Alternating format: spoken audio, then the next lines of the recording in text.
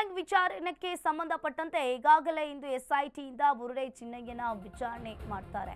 ಧರ್ಮಸ್ಥಳ ಷಡ್ಯಂತ್ರ ಸಂಬಂಧಪಟ್ಟಂತೆ ಈಗಾಗಲೇ ಎಸ್ಐಟಿ ಅಧಿಕಾರಿಗಳು ಎನ್ಕ್ವೈರಿಯನ್ನ ಮಾಡ್ತಾ ಇದ್ದಾರೆ. ಪಿತೂರಿ ಹಿಂದೆ ಯಾರೆಲ್ಲ ಇದ್ದಾರೆ ಅನ್ನೋದು ತನಿಖೆಯಾಗಬೇಕು.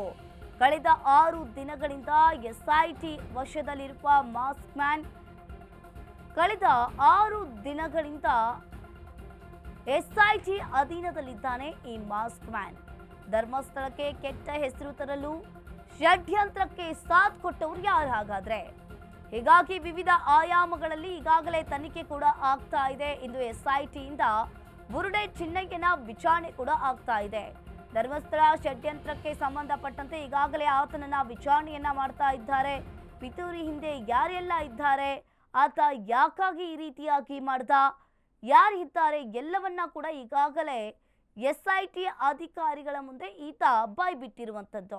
ಕಳೆದ 6 ದಿನಗಳಿಂದ ಎಸ್ಐಟಿ ವಶದಲ್ಲಿರೋ ಮಾಸ್ಕ್ ಮ್ಯಾನ್ ಧರ್ಮಸ್ಥಳಕ್ಕೆ ಕೆಟ್ಟ ಹೆಸರನ್ನ ತರಲು ಆತ ಈ ರೀತಿಯಾಗಿ ಮಾಡಿದ್ನ ಹಾಗಾದ್ರೆ.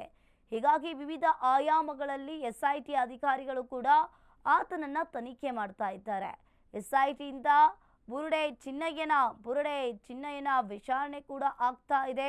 ಧರ್ಮಸ್ಥಳಕ್ಕೆ ಷಡ್ಯಂತ್ರವನ್ನ ರೂಪಿಸೋದಕ್ಕೆ ಯಾರು ಹೇಳಿದ್ರು, ಯಾಕಾಗಿ ಈ ರೀತಿಯಾಗಿ ಈತ ಮಾಡ್ದ, ಎಲ್ಲಿಂದ ಬಂದ, ಈ ರೀತಿಯಾಗಿ ಎಲ್ಲ ರೀತಿಯಾಗಿ ಎಸ್ಐಟಿ ಅಧಿಕಾರಿಗಳು ಕೂಡ ಆತನನ್ನ ತನಿಖೆಯನ್ನ ಮಾಡ್ತಾ ಇದ್ದಾರೆ.